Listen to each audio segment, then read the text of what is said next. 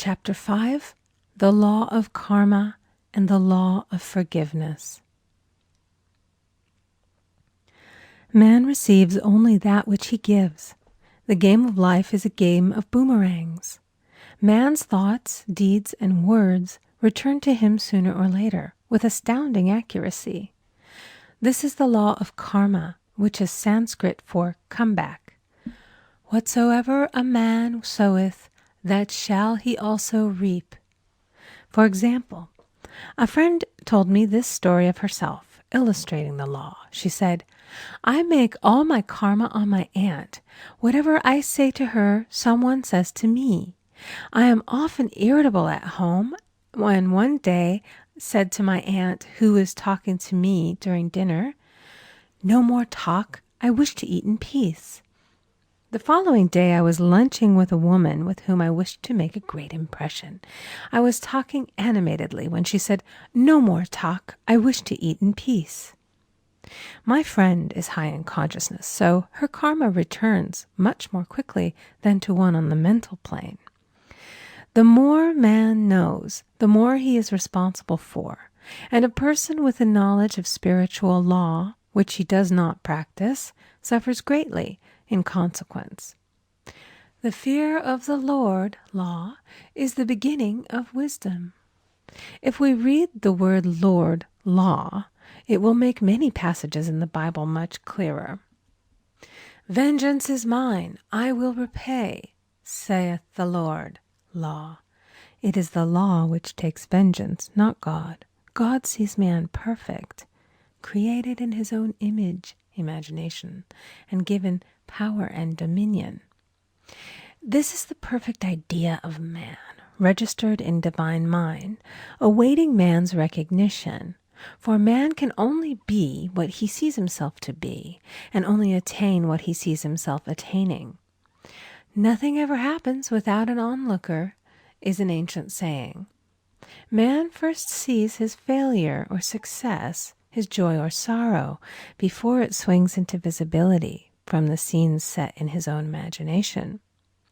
We have observed this in the mother picturing disease for her child, or a woman seeing success for her husband. Jesus Christ said, "And ye shall know the truth, and the truth shall make you free." So we see freedom from all unhappy conditions comes through knowledge, a knowledge of spiritual law. Obedience precedes authority, and the law obeys man when he obeys the law. The law of electricity must be obeyed before it becomes man's servant. When handled ignorantly, it becomes man's deadly foe. So with the laws of mind. For example, a woman with a strong personal will wished she owned a house which belonged to an acquaintance, and she often made mental pictures of herself living in the house. In the course of time, the man died, and she moved into the house. Several years afterwards, coming into the knowledge of spiritual law, she said to me, "Do you think I had anything to do with that man's death?" I replied, "Yes, your desire was so strong, everything made way for it. But you paid your karmic debt. Your husband, whom you loved devotedly, died soon after, and the house was a white elephant on your hands for many years." The original owner, however, could not have been affected by her thoughts had he been positive in the truth, nor her husband, but they were both under karmic law. The woman should have said, feeling the great desire for the house, "Infinite intelligence, give me the right house, equally as charming as this, the house which is mine by divine right." The divine selection would have given perfect satisfaction and brought good to all. The divine pattern is the only safe pattern to work by. Desire is a tremendous force and must be directed in the right channels or chaos ensues. In demonstrating, the most important step is the first step, to ask aright. Man should always demand only that which is his by divine right. To go back to the illustration, had the woman taken this attitude, "If this house I desire is mine, I cannot lose it. If it is not, give me its equivalent," The man might have decided to move out harmoniously had it been the divine selection for her, or another house would have been substituted. Anything forced into manifestation through personal will is always ill-got and has ever bad success. Man is admonished, "My will be done, not thine." And the curious thing is, man always gets just what he desires when he does relinquish all personal will, thereby enabling infinite intelligence to work through him. "Stand ye still and see the salvation of the Lord." Law. For example, a woman came to me in great distress. Her daughter had determined to take a very hazardous trip, and the mother was filled with fear. She said she had used every argument, had pointed out the dangers to be encountered, had forbidden her to go, but the daughter became more and more rebellious and determined. I said to the mother, "You are forcing your personal will upon your daughter, which you have no right to do, and your fear of the trip is only attracting it, for man attracts what he fears." I added, "Let go and take your mental hands off. Put it in God's hands and use this statement: I put this situation in the hands of infinite love and wisdom. If this trip is the divine plan, I bless it and no longer resist. But if it is not divinely planned, I give thanks that it is now dissolved and dissipated." A day or two after that, her daughter said to her, "Mother, I have given up the trip," and the situation returned to its native nothingness. It is learning to stand still which seems so difficult for man. I will deal more fully with this law in the chapter on non-resistance. I will give another example of sowing and reaping, which came in the most curious way. A woman came to me saying she had received a counterfeit $20 bill given to her at the bank. She was much disturbed, for, she said, "The people at the bank will never acknowledge their mistake." I replied, "Let us analyze the situation and find out why you attracted it." She thought a few moments and exclaimed, "I know it. I sent a friend a lot of stage money just for a joke." So the law had sent her some stage money, for it doesn't know anything about jokes. I said, "Now we will call on the law of forgiveness and neutralize the situation." Christianity is founded upon the law of forgiveness. Christ has redeemed us from the curse of the karmic law, and the Christ within each man is his redeemer and salvation from all inharmonious conditions.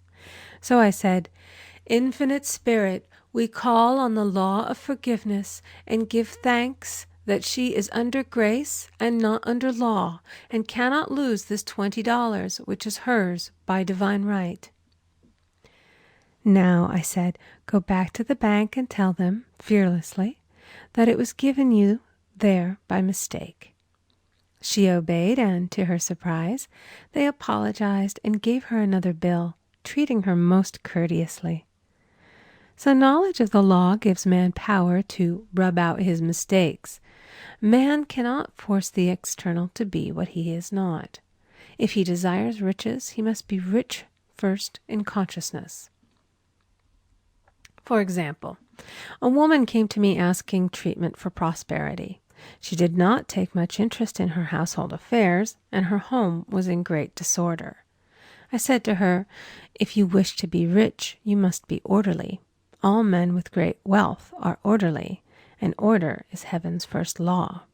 I added, "You will never become rich with a burnt match in the pincushion." She had a good sense of humor and commenced immediately putting her house in order. She rearranged furniture, straightened out her bureau drawers, cleaned rugs, and soon made a big financial demonstration, a gift from a relative.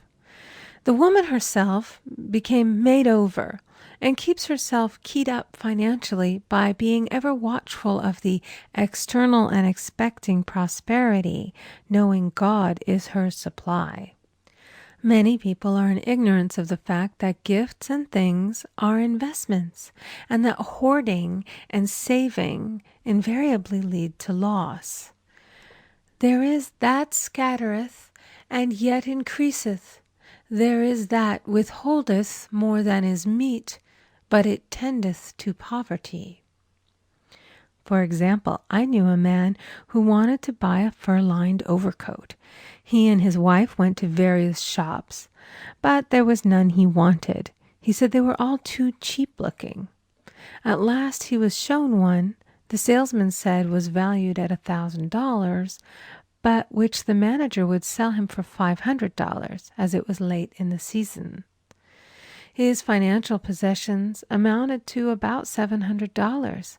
The reasoning mind would have said, "You can't afford to spend nearly all you have on a coat." But he was very intuitive and never reasoned. He turned to his wife and said, "If I get this coat, I'll make a ton of money." So his wife consented, weakly. About a month later, he received a $10,000 commission. The coat made him feel so rich, it linked him with success and prosperity. Without the coat, he would not have received the commission. It was an investment paying large dividends. If man ignores these leadings to spend or to give, the same amount of money will go in an uninteresting or unhappy way. For example, a woman told me on Thanksgiving Day she informed her family that they could not afford a Thanksgiving dinner. She had the money, but decided to save it. A few days later, someone entered her room and took from the bureau drawer the exact amount the dinner would have cost. The law always stands back of the man who spends fearlessly with wisdom. For example, one of my students was shopping with her little nephew. The child clamored for a toy, which she told him she could not afford to buy. She realized suddenly that she was seeking lack and not recognizing God as her supply. So she bought the toy and on her way home picked up in the street the exact amount of money she had paid for it.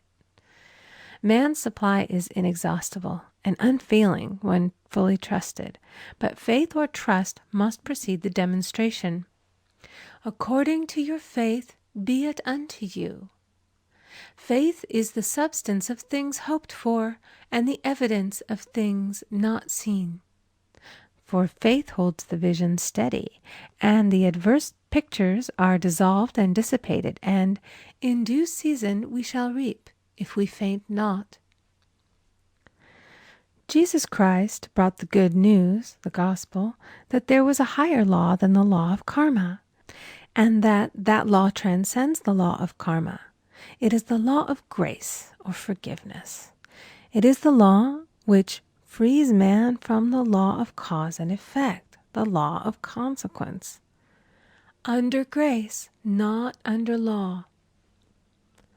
We are told that on this plane, man reaps where he has not sown. The gifts of God are simply poured out upon him. All that the kingdom affords is his.